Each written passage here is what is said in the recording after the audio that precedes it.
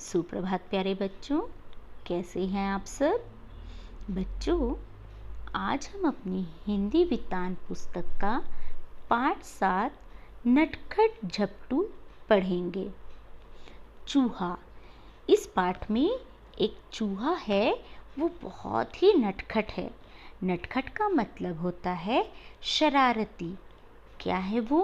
बहुत ही शरारती है। और उसने क्या शरारत की, वो हम इस पाठ को पढ़कर समझेंगे।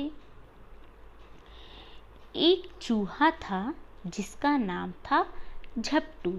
वो दिन भर इधर उधर उछल कूद करता रहता। कभी वो खिड़की पर जाता, खिड़की से फिर जमीन पर आता, फिर जमीन से खाट पर कूदता। प्यारे बच्चों, खाट का मतलब होता है एक छोटा पलंग।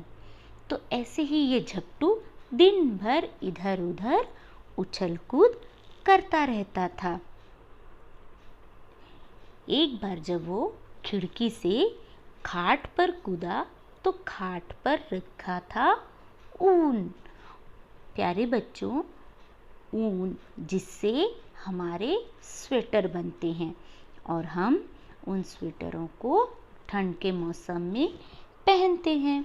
तो ऐसे ही जैसे ही उसने खाट पर कूद लगाई और खाट पर रखा था ऊन का गोला, वहीं पे बैठकर दादी ऊन के जुराब बुन रही थी।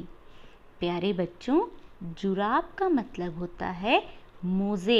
यहाँ आप चित्र में देख रहे हो मोजे। तो दादी वहाँ पे बैठ के ऊन के जुराब बुन रही थी।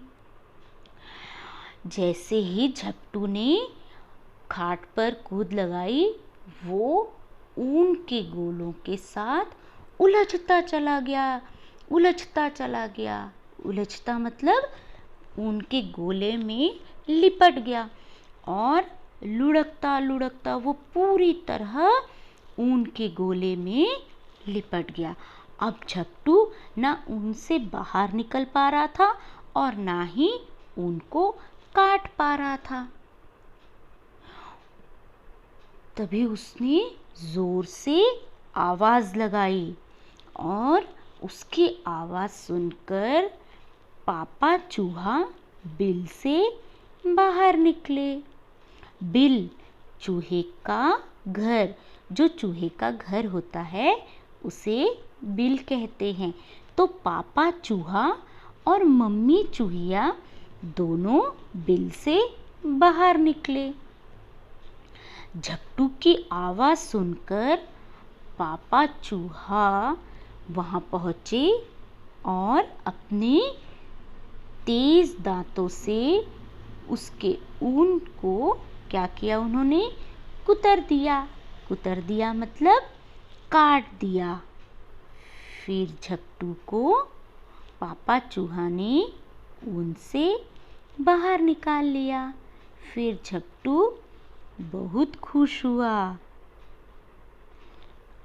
पापा चूहा ने उसे कहा कि झपटू, तुम तो रहे नटखट के नटखट। तो प्यारे बच्चों, हमें शरारत करनी चाहिए, लेकिन ऐसी कोई शरारत नहीं करनी चाहिए जिससे हम खुद या कोई दूसरा मुसीबत में